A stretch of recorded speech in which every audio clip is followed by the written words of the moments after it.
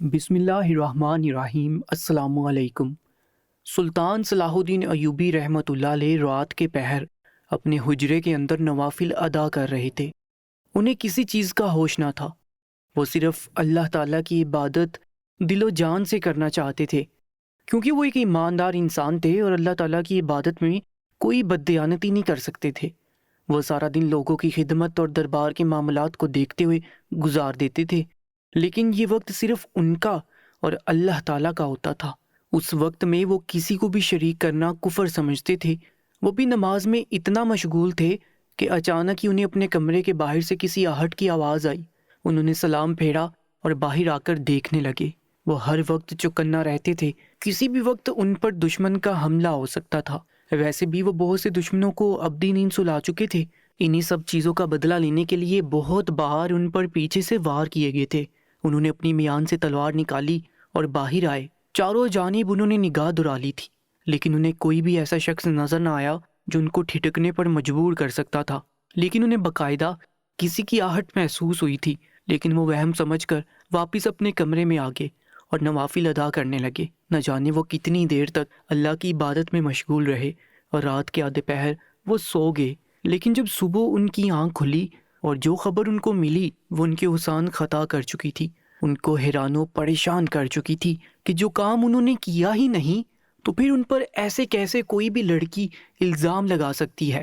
سلطان صلاح الدین ایوبی رحمۃ اللہ علیہ پر ایک شاریہ نامی لڑکی نے الزام لگایا تھا کہ سلطان صلاح الدین ایوبی نے موقع پاتے ہی رات کے پہر زبردستی کی ہے، جبکہ سلطان صلاح الدین ایوبی رحمۃ اللہ علیہ یہ بات سن کر حیران رہ گئے تھے، کیونکہ وہ تو ایسی کسی لڑکی کو جانتے ہی نہیں تھے۔ شام کے وقت نور الدین زنگی کی عدالت میں قاضی ابن ارسون، جو سلطان صلاح الدین ایوبی کے استاد بھی تھے، وہ یہ مقدمہ سننے والے تھے۔ لیکن جب سلطان صلاح الدین ایوبی رحمۃ اللہ علیہ اپنی صفائی دینے کے لیے بےتاب تھے، انہوں نے کبھی کسی کو غلط نگاہ سے نہیں دیکھا تھا، تو ان پر ایسے کیسے اتنا بڑا الزام لگ سکتا تھا۔ سلطان صلاح الدین ایوبی رحمۃ اللہ علیہ مستقبل کے سلطان تھے۔ وہ لڑکی اتنے دھڑلے سے ان پر اتنا بڑا الزام لگا رہی تھی، پوری سلطنت کے لیے ہی یہ بات حیران کن تھی۔ ساری رعایا میں یہ بات پھیل چکی تھی کہ سلطان پر ایک شاریہ نامی لڑکی نے الزام لگایا ہے، اور ان کا مقدمہ قاضی ارسون اور نور الدین زنگی کی عدالت میں سنا جائے گا۔ شام کے پہر سبھی درباری جا کر اس فیصلے کو سننا اور سمجھنا چاہتے تھے، کیونکہ سلطان صلاح الدین ایوبی رحمۃ اللہ علیہ بہت ایماندار اور نیک دل تھے۔ انہوں نے کبھی کسی عورت کو غلط نگاہ سے نہیں دیکھا تھا۔ وہ کسی بھی عورت سے نظر ملا کر بات نہیں کرتے تھے، بلکہ ہمیشہ ہی نظریں جھکا کر بات کرنا پسند کرتے تھے۔ سلطان صلاح الدین ایوبی رحمۃ اللہ علیہ یہ بات سن کر بالکل خاموش ہو گئے تھے۔ انہیں یقین نہیں آ رہا تھا کہ اتنی پاک دامنی کے باوجود بھی ان پر ایسا الزام لگایا جا سکتا ہے۔ سب لوگ ہی دربار پہنچنا شروع کر چکے تھے، کیونکہ سلطان صلاح الدین ایوبی رحمۃ اللہ علیہ کوئی عام انسان نہیں تھے، بلکہ نجم الدین ایوب کے بیٹے تھے، اور نور الدین زنگی کے بھتیجے اور قاضی ارسون کے شاگرد۔ سب لوگ ہی ان کے اس مقدمے کو دیکھنا چاہتے تھے کہ آخر اس مقدمے کا کیا فیصلہ آتا ہے۔ سلطان صلاح الدین ایوبی رحمۃ اللہ علیہ اپنے حجرے میں موجود تھے۔ اتنی پریشانی کی وجہ سے اور ایسے الزام کی وجہ سے ان کو بہت تیز بخار چڑھ گیا تھا، جس کی وجہ سے وہ آنکھیں کھولنے کی بھی ہمت نہیں کر پا رہے تھے۔ لیکن اس کے باوجود بھی وہ اپنی جگہ سے اٹھے اور غسل خانے میں جا کر وضو کیا اور مصلے پر بیٹھ کر اللہ کی عبادت کرنے لگے۔ وہ عبادت میں اتنے مشغول ہو گئے تھے کہ انہیں کسی کا ہوش ہی نہیں تھا۔ انہوں نے بارگاہ الہی میں ہاتھ بلند کیے اور اپنے حق میں دعا کرنے لگے کہ اللہ پاک، میں جانتا ہوں تیرے گھر دیر ہے اندھیر نہیں، تو بے شک بادشاہوں کا بادشاہ ہے، تو کبھی بھی کسی بھی بے گناہ پر ایسے جرم عائد ہونے نہیں دیتا۔ یا اللہ، میری پاک دامنی سارے لوگوں کے سامنے لے آنا۔ میں نے کسی بھی عورت کو کبھی غلط نیت سے نہیں دیکھا، تو میں کبھی کسی عورت کے ساتھ بدکاری کیسے کر سکتا ہوں؟ یا اللہ، میری مدد فرما۔ وہ دعا مانگ رہے تھے اور ان کی آنکھوں سے زاروں کی طرح آنسو نکلے جا رہے تھے۔ انہیں بہت تکلیف ہو رہی تھی، کیونکہ انہوں نے ہمیشہ ہی سب لوگوں کے سامنے سر اٹھا کر بات کی تھی، لیکن آج ان کو مجرم کی طرح سر جھکانا تھا، اور یہی چیز ان کو بہت تکلیف دے رہی تھی۔ جبکہ محل میں موجود قاضی ارسون بھی بہت زیادہ پریشانی میں مبتلا تھی، کیونکہ وہ جانتے تھے کہ سلطان صلاح الدین ایوبی رحمۃ اللہ علیہ کیسے انسان ہے۔ آج ان پر جو الزام عائد ہوا تھا وہ ان کو بھی تکلیف میں مبتلا کر چکا تھا، وہ ان کے شاگرد ہی نہیں بلکہ بیٹے جیسے تھے۔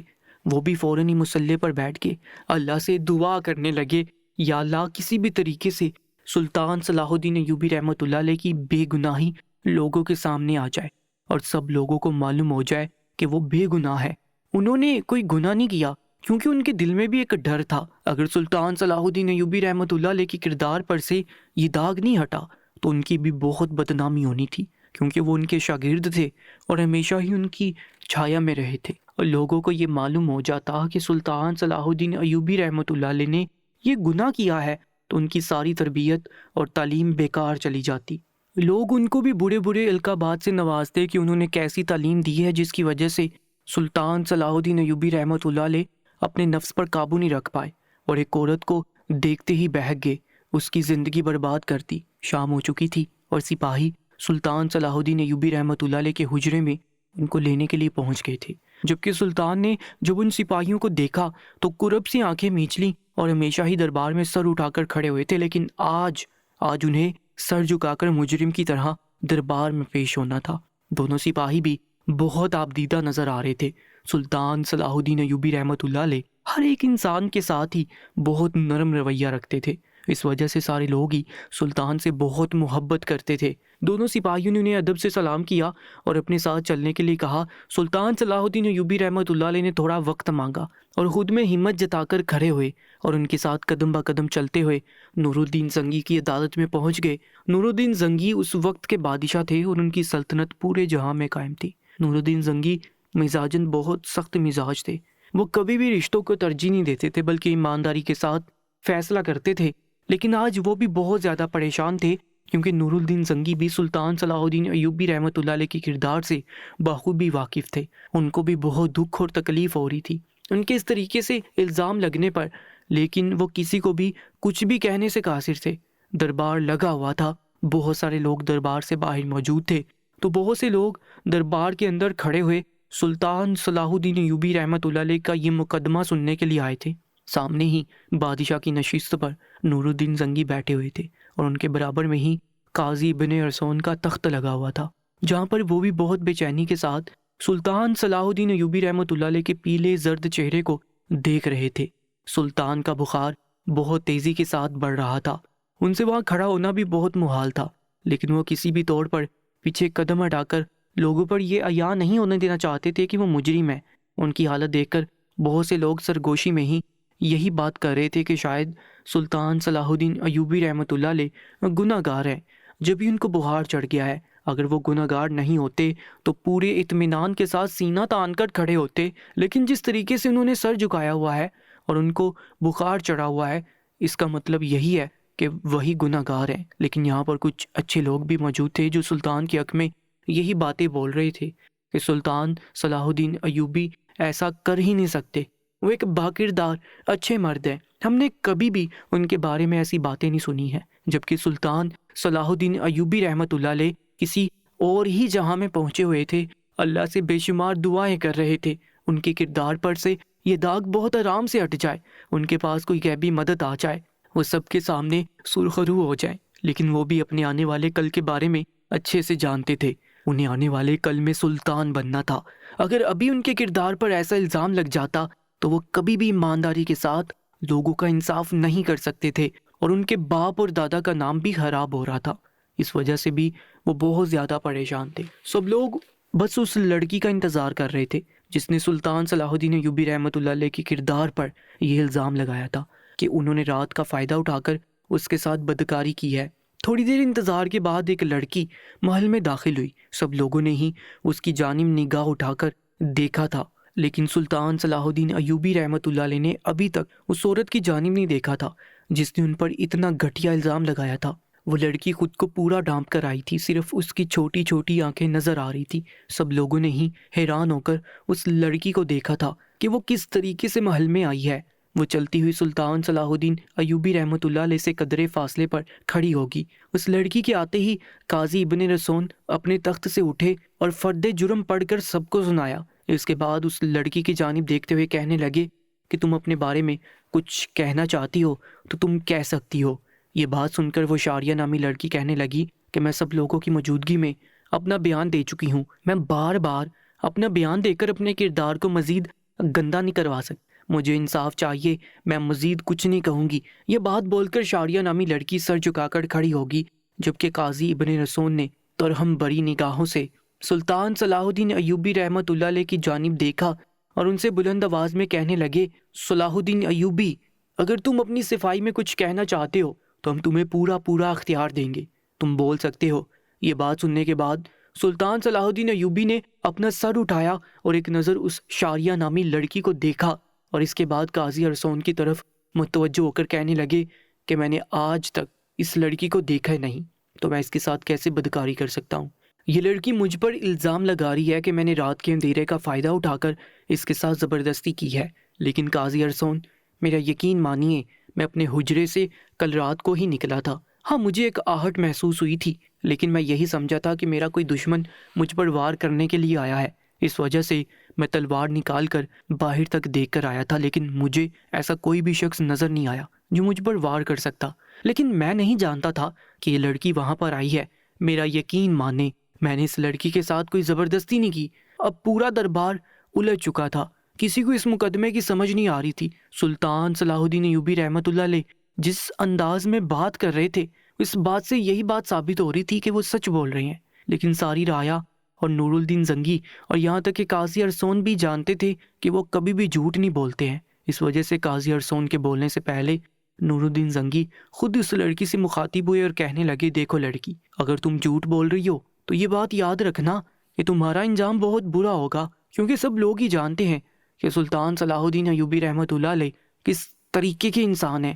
یہ میرا بھتیجا ہے، میں اس کو بخوبی جانتا ہوں کہ یہ ایسا گھٹیا کام نہیں کر سکتا، لیکن اس کے باوجود ہم تمہارے الزام کو سر آنکھوں پر رکھ رہے ہیں۔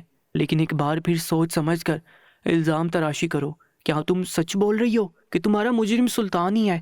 یہ بات سن کر وہ لڑکی سر اس بات میں ہلانے لگی اور ایک بار پھر کہنے لگی کہ بادشاہ سلامت، میں سچ کہہ رہی ہوں، میرا مجرم سلطان صلاح الدین ایوبی ہی ہے، میرے ساتھ زبردستی کرنے والا یہی شخص ہے، اس نے ہی رات کے اندھیرے کا فائدہ اٹھا کر میرے ساتھ زبردستی کی ہے، اس کو سخت سے سخت سزا دی جائے۔ اس شاریہ نامی لڑکی کی یہ بات سن کر بادشاہ خاموش ہو گئے، جبکہ سلطان صلاح الدین ایوبی رحمۃ اللہ علیہ نے اس لڑکی کی جانب دیکھا اور کہنے لگے، اے لڑکی، تم مجھ پر کیوں اتنا گھٹیا الزام لگا رہی ہو؟ کیا تمہیں خدا کا خوف نہیں ہے؟ کیا تم نہیں جانتی ہو کسی بے قصور انسان پر تہمت لگانے کا کتنا بڑا عذاب ہے؟ تو تم کیوں یہ گناہ سرزد کر رہی ہو، جبکہ تم اچھے سے جانتی ہو کہ میں بے گناہ ہوں، میں نے کوئی گناہ نہیں کیا ہے۔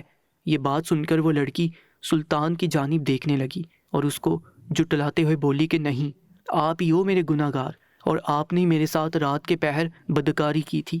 یہ بات سن کر قاضی ارسون بولے، صلاح الدین ایوبی، ہمیں آپ کی جانب سے ہی سچ کی امید ہے، اگر ہم آپ کے حق میں بول رہے ہیں تو ہم نہیں چاہتے کہ آپ ہمارے ساتھ دغا کریں اور ہمیں جھوٹا ٹھہرائیں، یہ نہ ہو کہ ہم سے کوئی غلط فیصلہ ہو جائے۔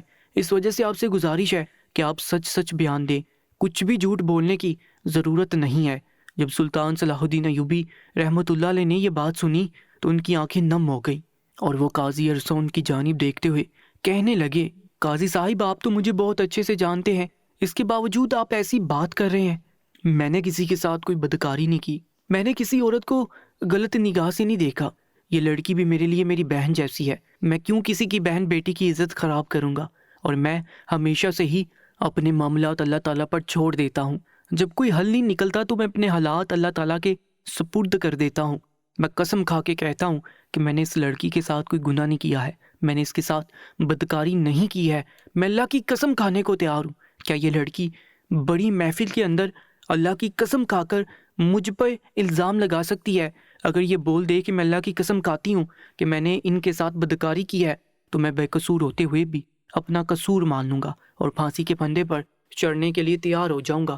یہ بات بول کر سلطان صلاح الدین ایوبی رحمۃ اللہ علیہ نے اس شاریہ نامی لڑکی کی جانب دیکھا اور دعوے سے کہنے لگے کہ اب تم مجھے بتاؤ، کیا تم قسم کھا کر مجھ پر الزام لگا سکتی ہو کہ میں تمہارا مجرم ہوں اور میں نے تمہارے ساتھ بدکاری کی ہے؟ یہ بات بولنے کی دیر تھی کہ پورے محل میں چہم گوئیاں شروع ہو گئیں، کیونکہ سب لوگ ہی اب سلطان کے ساتھ ہو گئے تھے، کیونکہ اتنی بڑی بات کوئی بھی اتنی دعوے سے نہیں بول سکتا۔ اب سب کو ہی اس شاریہ نامی لڑکی کے جواب کا انتظار تھا۔ سب لوگوں کی نگاہ شاریہ کی جانب اٹھی ہوئی تھی۔ وہ لڑکی کافی دیر تک سلطان صلاح الدین ایوبی رحمۃ اللہ علیہ کو اپنی چھوٹی آنکھوں سے دیکھتی رہی۔ نور الدین زنگی، قاضی ارسون اور تمام درباری سانس روکے اس کے جواب کے منتظر سے۔ وہ تھوڑی دیر تک سلطان کو ایسے ہی دیکھتی رہی اور بے اختیار اس کی آنکھوں سے آنسو چھلک پڑے اور دیکھتے ہی دیکھتے وہ بلند آواز میں رونے لگی۔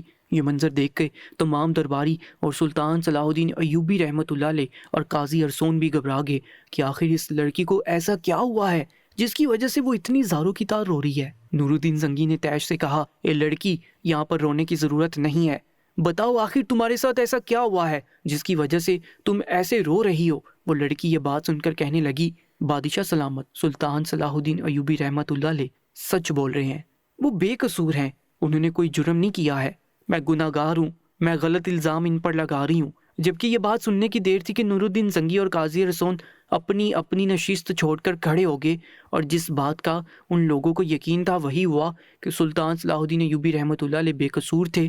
جبکہ سلطان صلاح الدین ایوبی نے اس لڑکی کے منہ سے یہ بات سنی تو بے اختیار ہی سر آسمان کی جانب کیا اور رب کا شکر ادا کرنے لگے کہ ان کو اللہ تعالیٰ نے اس غلط الزام سے بچا لیا اور ان کے کردار پر لگا یہ داغ دھل گیا۔ سلطان صلاح الدین ایوبی رحمۃ اللہ علیہ کی جانب قاضی ارسون نے دیکھا تو ان کا سر ابھی تک آسمان کی جانب ہی تھا۔ قاضی ارسون کچھ کہتے اس سے پہلے ہی نور الدین زنگی اس لڑکی کی جانب دیکھتے ہوئے کہنے لگے، یہ لڑکی، ہمارے ساتھ ہمارے کمرے کے اندر آؤ، ہمیں تم سے اکیلے میں بات کرنی ہے۔ یہ بات سن کر تمام درباری، قاضی ابن رسون اور سلطان صلاح الدین ایوبی رحمۃ اللہ علیہ نے انہیں حیرت سے دیکھا کہ نور الدین زنگی اس سے اکیلے میں کیا بات کرنا چاہتے ہیں، جبکہ وہ لوگ جان چکے تھے کہ یہ لڑکی جھوٹ بول رہی ہے۔ اب سچائی سے پردہ اٹھانے کی دیر تھی کہ اس سے پہلے ہی نور الدین زنگی نے ایسی بات کر دی کہ سبھی حیران رہ گئے، لیکن وہ بادشاہ تھے اور ان کے سامنے کوئی بھی سوال کرنے کی جرت نہیں کر سکتا تھا، اس لیے سب لوگ خاموش رہے اور نور الدین زنگی اپنی نشست چھوڑ کر محل کے اندر چلے گئے۔ وہ لڑکی بھی 2 کنیزوں کے ہمراہ نور الدین زنگی کے کمرے کے اندر چلی گئی، جبکہ دربار میں یکدم ہی سناٹا سا چھا گیا تھا۔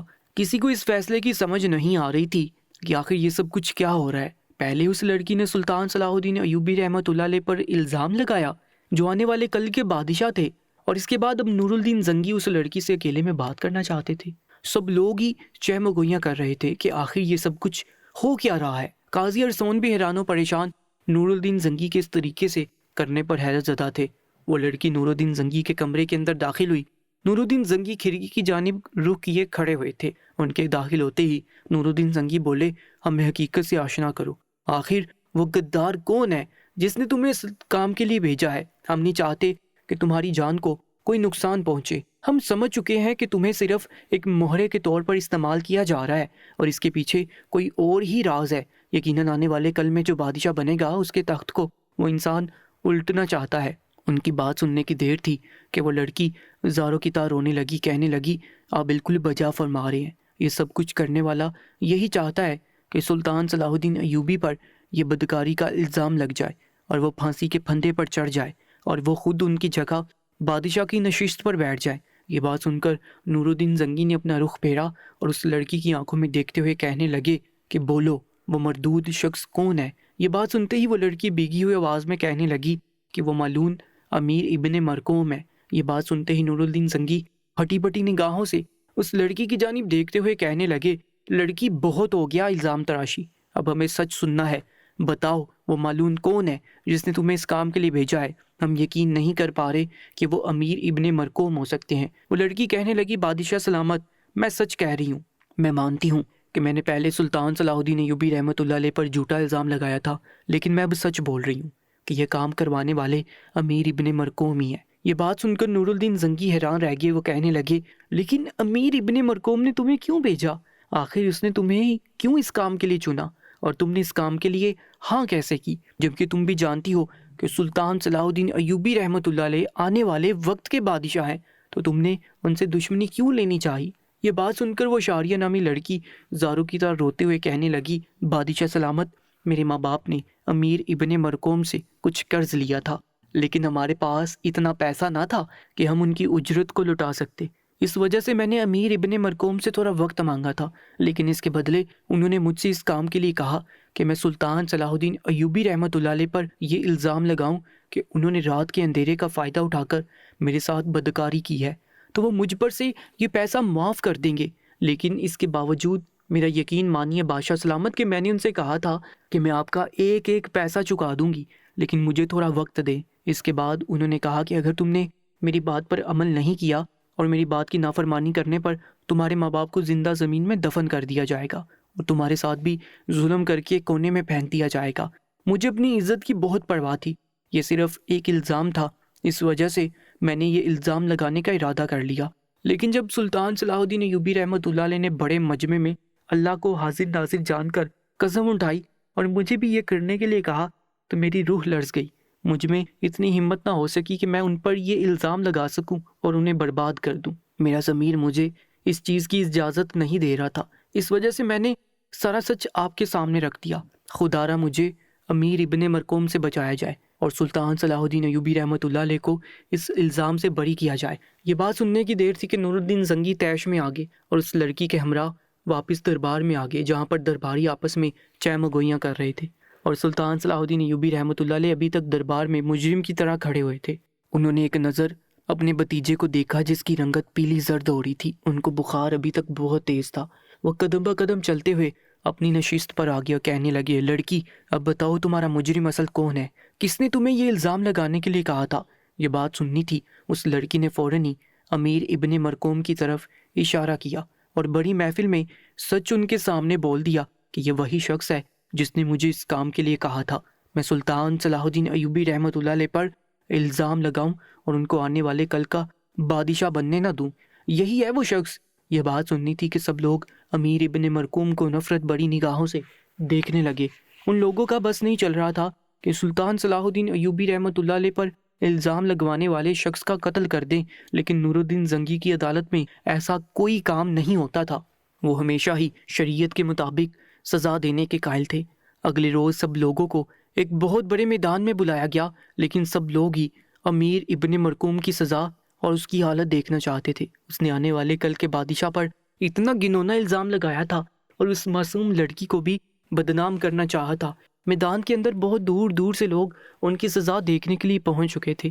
جب امیر ابن مرقوم کو اس میدان میں لایا گیا تھا، وہ زنجیروں میں جکڑے ہوئے تھے۔ اس لڑکی کے الزام لگانے کے بعد انہوں نے بہت واویلا مچایا تھا اور خود کو بے گناہ ثابت کرنے کے لیے سرتوڑ کوشش کی تھی اور ہر کسی پر جھوٹے الزام لگائے تھے۔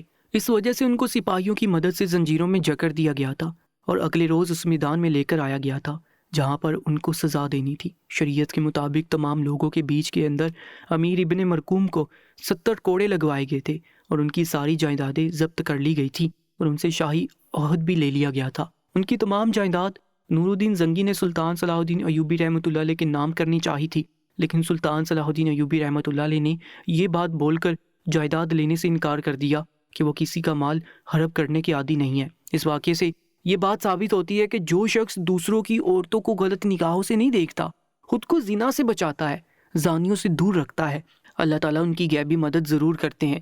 اس طریقے سے سلطان صلاح الدین ایوبی رحمۃ اللہ علیہ کی غیبی مدد اللہ تعالیٰ نے کی اور وہ سب لوگوں کے سامنے سرخرو ہو گئے اور ان پر سے اس بدکاری کا الزام ہٹ گیا۔ اس طریقے کا ایک واقعہ قرآن مجید میں بھی موجود ہے، جب حضرت یوسف علیہ السلام جب قید میں تھے اور وہاں پر زلیخا آ گئی تھی اور اس کے باوجود بھی وہ الزام سے بری ہو گئے تھے۔ اللہ تعالیٰ نے ان کی غیبی مدد سے نوازا تھا اور ان پر لگنے والے الزام بھی دودھ کی طرح صاف کر دیا تھا۔ روزانہ ایک سچا واقعہ سننے کے لیے ہمارے چینل کو سبسکرائب کر کے ساتھ موجود بیل آئیکن پر بھی کلک کر لیجیے گا۔